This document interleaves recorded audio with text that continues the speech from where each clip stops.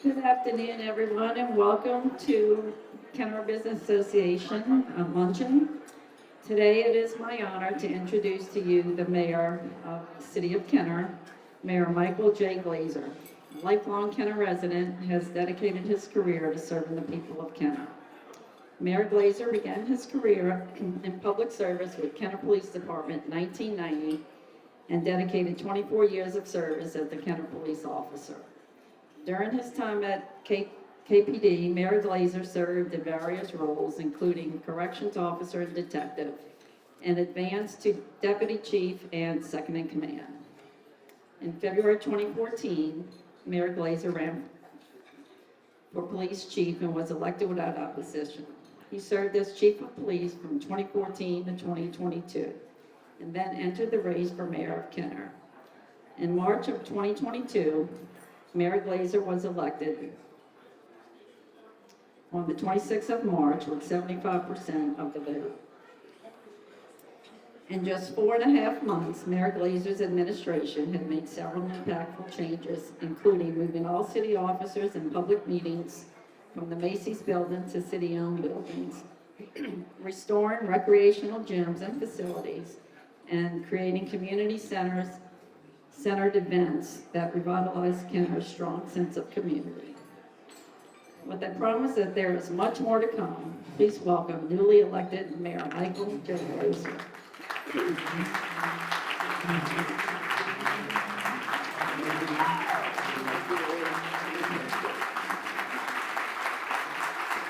Thank you all.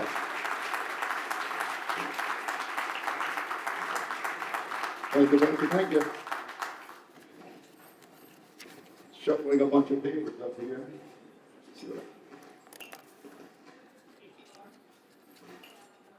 All right, guys, I'm trying not to kill you with a lot of slides, but that's the only way to relay a message of what we've been doing in the last 4.5 months. As you know, I made a couple of pledges when I won this position, is to kind of get the city back moving and in back city-owned buildings. So with that, I'm gonna go through some stuff. I'm probably gonna take a little time to recognize a few people, because those of y'all that work in government and in business know that one person can't get anything done by themselves. So with that, we're gonna go through this here, and coming in the first day with the focus was to improve government efficiency. Coming in, we recognized early that there was problems. There wasn't any continuity in business and in government. So what we did is we kind of identified some areas to get out of the Macy's building. Listen, this was talked about way too much before and after the election, with being in the Macy's building. The Macy's building worked for probably 6 weeks after the storm hit. But those of y'all that know the inner workings of the Macy's building, it's a department store with little infrastructure. There's no internet, there's no telephones, there's no bathrooms. To this day, if you called code enforcement today, you're probably not gonna get anybody to answer the phone that's actually working in the Macy's building, because it just doesn't work. So within 2 weeks in office, we tried to start moving businesses out of Macy's. One building that we knew that was not really damaged was Building C in the city of Kenner, which is the old police department building, the Salvatini building. So we started rebuilding that. We had to change some air conditioning units. Other than that, it was actually ready to go, but it did have some flea infestation, so we had to do that first. So today, communications, personnel, city attorney, IT, and the civil service department is in there now and have been there since the early part of August. Within the same 2 weeks, Public Works was consolidated and relocated in the Public Works yard and trailers that were purchased from Plaquemines Parish several years ago. It actually works very well for them, because they in and around all their equipment, and they're all working out of one area. On Thursday, September 1st, we moved the city council meetings from the Macy's building to Heritage Hall in Rivertown, which is on the corner of Williams and Reverend Richard Wilson Drive. It's a city-owned building that has housed and staged council meetings from Jefferson Parish and the city of Kenner. It does work well. It's kind of centrally located in the middle of South Kenner, so is about as far away as you can get from North Canada. So there's nothing convenient about it, but it does work for city government to run all our meetings out of it. On Wednesday, November 2nd, Clerk of Court was relocated from the Macy's building to Exhibition Hall, also in Rivertown. So it actually works even better than the original city court that was in the council chambers in the Building A at 1801 Williams, because it has multiple rooms. And I know the judges in mayor's court love it because now they finally have their own dedicated courtroom, and you'll see a few pictures at the end of that. Code enforcement, this was recently changed as of probably about 9 o'clock this morning. We're trying to get them out of Macy's by the end of the year, but they're telling me that they're closing Monday and Tuesday to move out of Macy's into what was the Greenwald Center, which is the old Alzheimer's daycare right behind the mayor's building in the City Hall complex. The land's owned by the city of Kenner. LCMC acquired it through all their transactions, and we actually assigned a lease yesterday that we're going to move in that for at least the next 5 years while we rebuild City Hall. And all this was done is to save operational costs, improve government, and kind of streamline communications, because spread out all over the city of Kenner and actually South Louisiana, working from home and trying to get stuff done, it was burdensome to all the employees. So my goal was to get everybody back in the same buildings or pretty much close to the same buildings as we could to kind of streamline government. And another goal we had was physical integrity is a key component of government. We've identified, we inherited a few things. The City of Kenner Council are currently running their own financial audit, which that's their function. We'll do something a little bit later once they finish theirs. I just don't want to, kind of do two things at one time. But in addition to moving the departments out of the Macy's building, we conducted a thorough through of numerous city contracts, and that's by far one of the biggest task we've had. It's just, when I walked into the mayor's office, there are no files. The files are in storage somewhere. There's nothing in the building. So that's kind of what we had to do, is try to get the contracts, go through them and find out exactly where we were. Some of them are good, some of them are absolutely awful for government. So we're still to this day going through that. And like I said, the focus was to hire qualified individuals to help me go through this stuff and rebuild the city of Kenner. And with that, you see on this slide here, extensive experience in parish government. Also Kenner residents to help me put this back together, and this table has a few of them. I think y'all all know them. I'm not going to rehash all their names again because I've done it once before. But they are very good at what they do. And I think every one of y'all in the room would probably agree with me that they're very good at what they do. So what we're doing is, once I hired the directors and my staff, is we have we have dozens of vacant positions throughout the city of Kenner. So to create a hiring campaign was also a #1 goal, and immediately relied on the communications director here, Paris Burnett, to kind of put one together with her staff. And hopefully soon you'll see a big push. We've already had a few, it's already working so far. So we had a few people tell us that they heard about city hiring through this campaign. So within the 3 months, I have to give this project to Jose Gonzalez, to all the projects that were either started, not started, were finished. He kind of went through all of them, identified a whole lot of things that he would come in my office every morning, sit in the chair, and his same response, listen to this. And he'd go through a pretty good story that my hair wasn't this gray when we started, but thanks to Jose, it's getting a little better. So it goes through every council district, wastewater, general services, public works, emergency management. It was always something. It was always something he would come in and says, we have to deal with this. So it's always good when you wake up in the morning and find out what you're going to do in your office. And when you get there, you just kind of put that on the back burner and try to help one of these guys get through the day with their problems. So funding's always going to be a problem. We're going to actively search for pardon me while I fumble through this, because I'm trying to hold this and read something when I can't see without glasses. So with that said, listen, the next slide is you'll see where we fostering positive relationships with local government.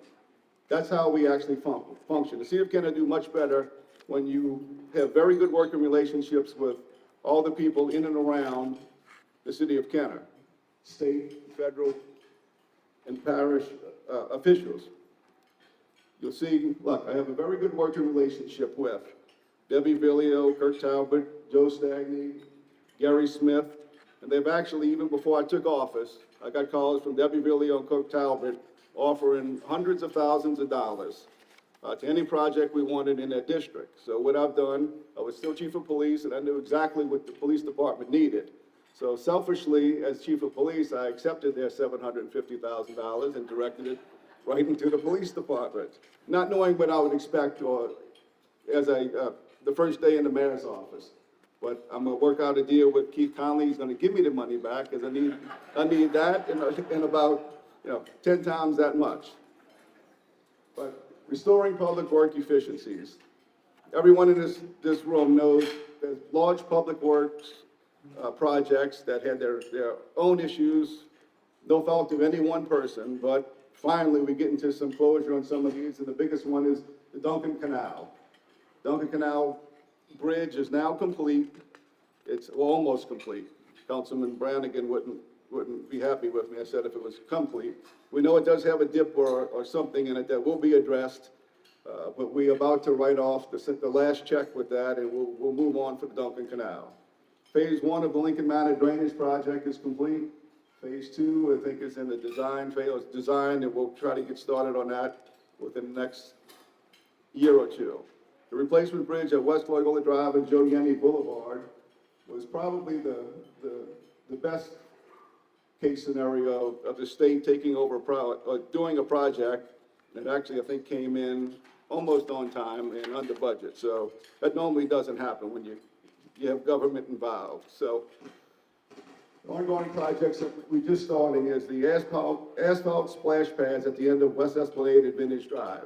When it first came to me, when Councilman Brennan wanted to put splash pads at the end of West Esplanade and Vintage, I thought it was going to be like kids' splash parks, but it's not. It's asphalt ramps leading to the bike path. So it's just to give the bikers and joggers an easy way to access the bike path getting off of West Esplanade and Vintage Drive. I think the little splash park would have been better, but we don't have that now. I-10 in Loyola is still on pace to be completed by the end of next October, hopefully. Sewage treatment plants and the sewer system is always going to be a focus in any administration because it's in such bad shape. There's a lot of attention needs to be put on it. Look, no one administration is going to correct all the city's sewer issues. And in restoring Laketown, land-based casino is going to be a boom for the city of Kenner. I think their projected increase in revenue is at least $1 million. At the groundbreaking we had last month, a month before, I'm going to do it again here in front of y'all and personally and publicly thank Jefferson Parish Councilman Dominic Apostato for keeping that project moving along. Leave it at that. So the first time in 10 years, and this is a Councilman Joey Lahat issue here, is the boat launch is being addressed, also for money from the Jefferson Parish Councilman Dominic Apostato, Jefferson Parish Council and Administration, because I know Joey looks like a young man, but he is actually older than he really, he looks. But he says he's been going out there since a little boy, and it looks the same. So I know he's happy that the boat launch is being addressed, and we'll address some other improvements in and around that area. So, like I said before, moving out of Macy's, the code enforcement department will be out before Thanksgiving. But the problem with code enforcement is we had a backlog. We inherited a backlog of permit applications, violations. It just didn't work. So I brought somebody in from up north to be the code director. She did a very good job in Jefferson Parish a few years ago when she was here. So we lured her back out of town. She now lives back here in Kenner and putting her own stamp on getting the code enforcement department back up and running. She wouldn't give me a number of applications that they've gone through because she just, I guess she doesn't want to disappoint me. But they're doing a much better job getting through these applications. For example, one of the biggest ones we had is home house generators that no one could get actually a permit to put one in because you couldn't research without having working internet, actually what you had to do to actually approve these applications. So we do think that it's going to be even more efficient when she moves to the Greenwald Center, which will have to it's going to be building something. We'll call it another letter. Somebody will be creative and we'll go from there. But she did realize that the grass looked bad. Everybody in and around that was doing the campaign trail, grass is too high, the city looks dirty. So we put grass cutting back on a priority with individuals and issuing violations. But if y'all know me, I said, we're going to have to cite ourselves because the city looks just as bad as some of these residential businesses. So we pretty much taxed the Recreation Department and General Services to kind of clean up our area first before we start issuing some of these violations. Tagging of abandoned and junk vehicles. This has been kind of put a stop for the last several years, but I do think that after you give the owner of a car several warnings that it's time for the city to actually tow it, it just makes the neighborhoods and the roads look a lot better. So we're trying to get the quality of life in the city of Kenner back up. With that, we're trying to attract new businesses. So what we've done is contracted again with Jetco. They've been around since the late 80s. They do a wonderful job in promoting economic growth in and around this area. So we think it's a good fit with the city of Kenner.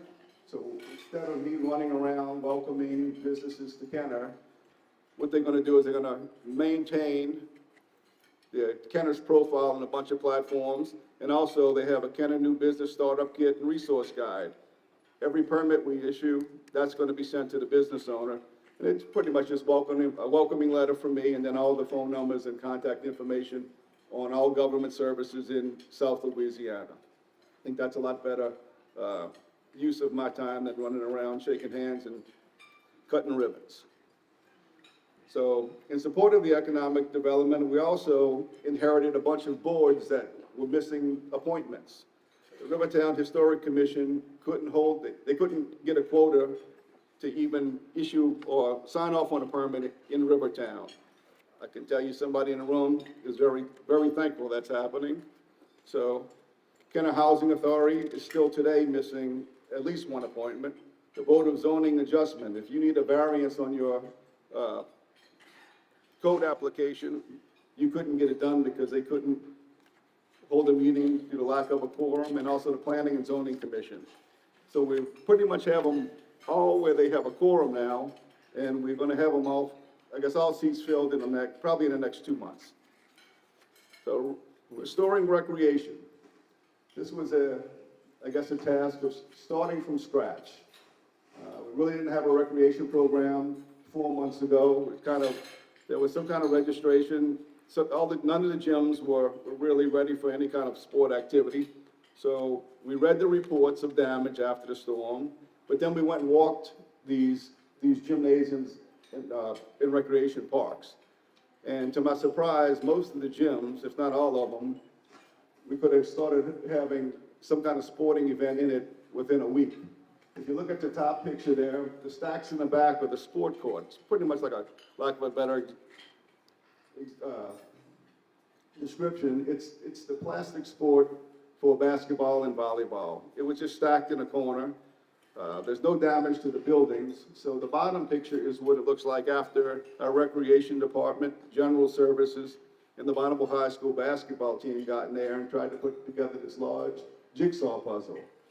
At first it was a challenge, but as they went on, they got pretty proficient with it, and now they can knock out a gym quickly. But we're running out of gyms to put floors back in them, so I guess they're going to have to take their talents somewhere else.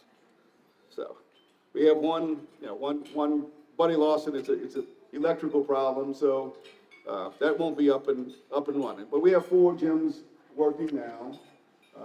The Gladys gym is pretty much been open, that's kind of been the one we steering, there's programs too, and also with the Woodwood gym with gymnastics and, volleyball. So the 5 other gyms, the remaining gyms, we'll try to get them back up and running as soon as possible, because, but what we found out is the recreation, I guess, interest is starting to come back. We're getting a lot of programs with a lot more, participation. My daughter texted me today wanting to know where did she go to get a waiver for my grandson to play in Jefferson Parish, which he's been doing the last 4 years. So I think the last conversation we had with Jefferson Parish Recreation is over 430 Kenner kids playing recreation ball in Jefferson Parish on a waiver. So what we're trying to do is, sorry about that, Jefferson Parish administration, we're trying to get them back in Kenner. So we just got to offer them the programs, and we think they'll come back. Because we do know it would be a lot more, because it's a $150 waiver fee that we know a lot of people that were interested in playing in Jefferson Parish, just the parents can't afford it. So we do know there's a lot more people that would want to leave Kenner, and now we're trying to attract them back. So with that, we brought events back, such as Trunk or Treat, Christmas Village, which the last few years when it was held was in Kenner City Park. We're moving it back to Rivertown. We think it's a better place to have Christmas Village in Rivertown, because you can decorate it nicer. The chapel should be finished by Christmas. It makes better pictures. It's just a nice area with the facilities we have, other than a large park. And for the first time in 2 years, we started an after-school tutoring program for children grades 2 through 8 at the Hispanic Resource Center and the Martin Luther King Center in Lincoln Manor. Now, these are 2 programs that should have never, ever been eliminated or paused, because the Hispanic Resource Center had no damage, and Martin Luther King Center had damage that was completed in-house by our general services within 3 weeks. So these programs are desired by these communities, and they do fill up fast. So if anybody's interested in that, you got to get in early. So a wide range of programs for seniors to eat. Our senior center is back open now. We actually just replaced the air conditioning in it, and it's actually more than half of what it was pre-COVID levels. So it fills up quickly also, because we're finding out more seniors need assistance than they did prior to the storm. So in an effort to provide financial assistance to seniors, the administration has signed an agreement with the New Orleans Education League. This is, they'll make minor repairs. If our code enforcement gives someone a warning and they qualify, this program will make minor repairs to correct the violation. This was something that was brought to me by Timothy Ashar. Look, these are things that it takes, like I said, you don't want to identify everybody, but everybody knows. I kept a few people, I guess, as a director, and they're very good at what they do. She brought it to us, signed off on it, and that's gonna do well in some parts of the city. We retained a cultural coordinator. I just replaced it with a person. This is a need. Look, we all know the Latino population is growing in Kenner, so we feel a need that this department or this person needed to stay, or this position needed to stay, and it's a tremendous asset for me to communicate with the Latino population. So with that said, the Kenner Fire Department. What we 2 months ago took possession of 2 new fire trucks. Took a while to get them in service, and the firemen trained on it, but they're out in service now. November 2nd, a new recruit class began. We have 6 new fire recruits in that class.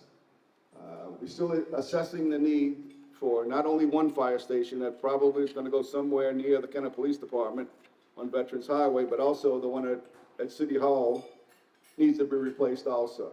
But the data shows that one should be closer to Veterans Highway or I-10 on Williams Boulevard because of the response time, and it overlaps coverage with the Rivertown Fire Station. These are things that I learned, learning on the run when they tell me that, for years it should have been moved north, closer to I-10 or Veterans, and the city went out, I don't know, 15 years ago and purchased property by the Islamic school.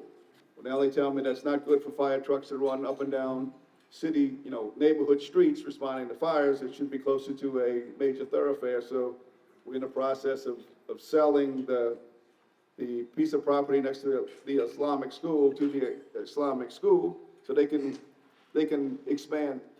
And we can actually take the money, put into the new fire station that's going to be on Williams Boulevard. So all this is an effort to retain that Class 1 status. And what I've known, and if you watch council meetings, fire pay is always going to be an issue. So we'll address that at another time. I did actually put something in the budget to kind of address some promotional pay issues that we inherited over the last 15, 20 years that just, I don't know how we got to this point, but I figured today's a good day to start, not tomorrow. And the Kenner Police Department, that's the biggest concern we have today. So, where'd he go? So with that, look, anybody that's a police chief, anybody could be a police chief. And I know that for a fact because former Chief Steve Caraway's sitting right at Dominic Epistato's table. So anybody can do it. But Chief Conley's going to come up and say a few words about the Kenner Police Department.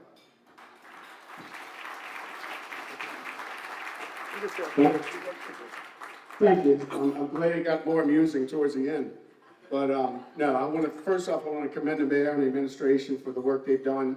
In 4 or 5 months, they've moved the city forward with yeoman's efforts. So I want to congratulate him and the administration. I think the city is benefiting from their efforts. On behalf of the Kenner Police Department, we do have a couple initiatives. Mayor Glazer, when he was chief, he was instrumental in initiating a lot of these projects. But I just wanted to bring everybody up to speed. We do have the body-worn cameras in. That was one of the first priorities we did coming in. We got the funding. We vetted all the services and got the best provider that's out there that's consistent with this jurisdiction. We also upgraded the tasers as part of the same package. So now we have tasers that actually work in conjunction with the body cameras as well. The mayor, when he was chief, started the initiative of bringing in new computers. The hardware wasn't supporting the new software that the state's requiring for certain programs. So every unit's got a computer, an air card, and a modem in it so it can communicate back and forth to the communications and do the reports. Everything's being done in the vehicles thanks to this kind of technology. One of the enhancements to the license plate recognition cameras and crime cameras throughout the city is a flock system which acts independent. It doesn't require coax cable or Entergy. Councilman Impastato is committed to help funding that throughout Kenner. That can go into subdivisions, it can go into thoroughfares. It'll let us know in real time what's coming into the city at certain times. We can set parameters, so it's like having patrolmen on every street. So we're excited about that. We thank Councilman Impastato. And like the mayor said, Representative Villio and Senator Talbot was instrumental in the funding for the computers and for a new radio system that we have.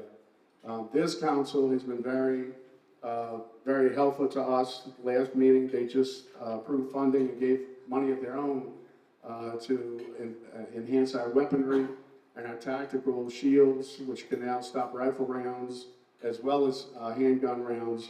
But it's also about 180 sidearms. We're going back to 9mm Smith & Wesson. In law enforcement, you have to keep changing out every 5 or 6 years because sidearms are basically very mechanical, very technical, and with the humidity and the weather and the wear and tear they get down here, you want to make sure that you provide your officers the tools they need. Recruiting, we picked up on where Chief Glazer left off. We did put a full-time employee in the recruiting office. Prior to him leaving, he started a program that used a QR code, which enables us to get our message out there. An applicant or a potential applicant can scan this code and he's automatically in contact with 5 of our recruiters. We have part-time recruiters as well. starts a dialogue. Within 3 weeks of instituting that program, we had 50 applications. We're about 30 or 40 officers down, so we're excited. 1 out of every 10 passes the background check and you know, what we require. We're not gonna slack on those requirements. So we did graduate in the academy with about 7 of our candidates, now officers, October 22nd. And we started an academy 2 weeks later where we have about 8 officers in, so we're excited. That'll graduate in March, and hopefully we'll have another 10 or 12 officers going in right after that. So, you know, all that's done with the cooperation and the assistance of this administration and this council. So that's where we stand with the police department. So thank you all for your time.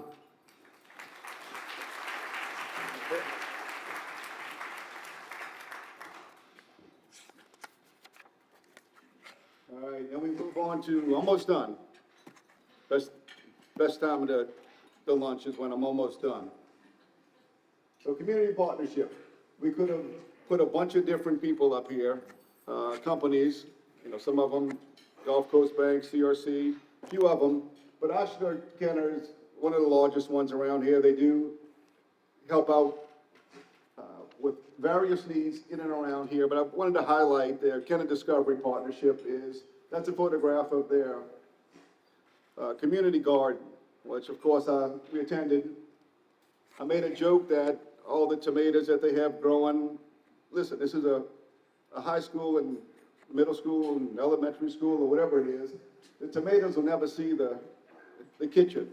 They're gonna pull them off and throw them at each other and have fun, so we'll see what happens. But actually, it's good. I did make the comment that this partnership is probably gonna introduce to some of these kids food that they've never had the opportunity to eat before, and that's how sad it is. If, you know, some of them, they just don't have the opportunity to have a balanced diet. So we do think that this is, teach them how to grow, cook, and then they'll see the benefits of eating good food. And like I said, it's not fast food, but there's probably a lot of them live on either lunches at school and or some kind of junk food after. So we do think, I just wanted to highlight these two organizations for what they do.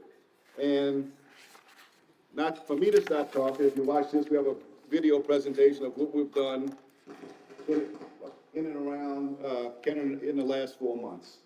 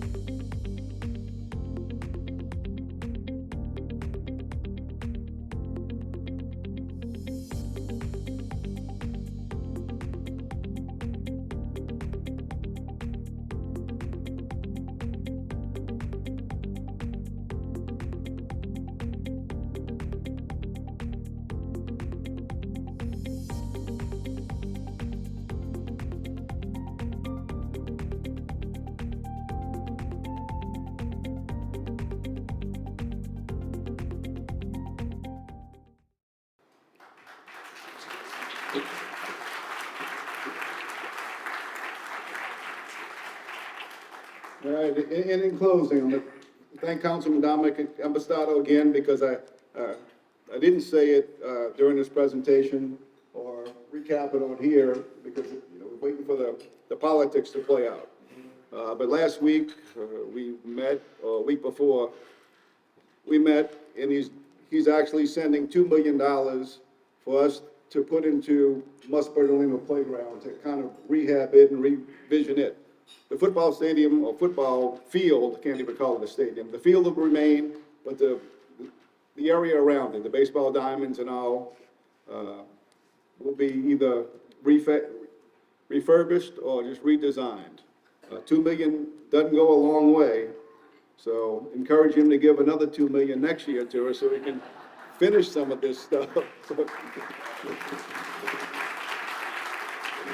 that, he's putting a lot of money into his district, District 4, which happens to be the bulk majority of the city of Kenner.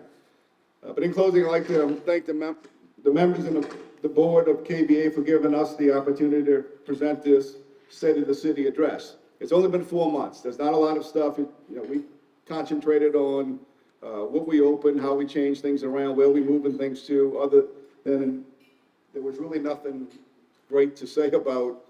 We've been closed, we had a pandemic, we had a hurricane. This will be much better next year, trust me. So we give you the updates, the accomplishments. None of this happens without the men and women of the Kenner Police Department, the Kenner Fire Department, and the members of the city, general services, recreation, public works, all those departments. They're the ones that make it work. You see them on Monday mornings, if you're out and about, Monday mornings in the city of Kenner, they have bright vests on with buckets picking up trash. Every Monday, we rotate around for departments to kind of send some of their employees out to pick up trash. So it gets them out the office. Some of them like it, some of them don't like it, and they don't sign up for it. But that's, with the lack of city employees, it does help on Monday morning, having somebody go out and pick up the stuff from over the weekend. So we'll continue to try to change the way the city works, try to provide a better service to the residents, business owners, and visitors. So hopefully this time next year, we have a lot more projects and successful wins to show y'all next year. With that, thank y'all.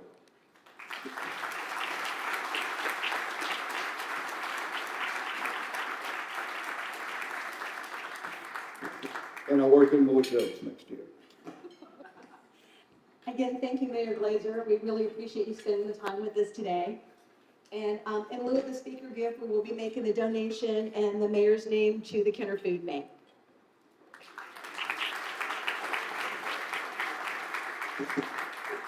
This is our last luncheon for the year, so come back and see us in January. We'll be installing our new board. And don't forget, we are doing our holiday give back event on Tuesday, December the 6th at Messina's from 5:30 to 8.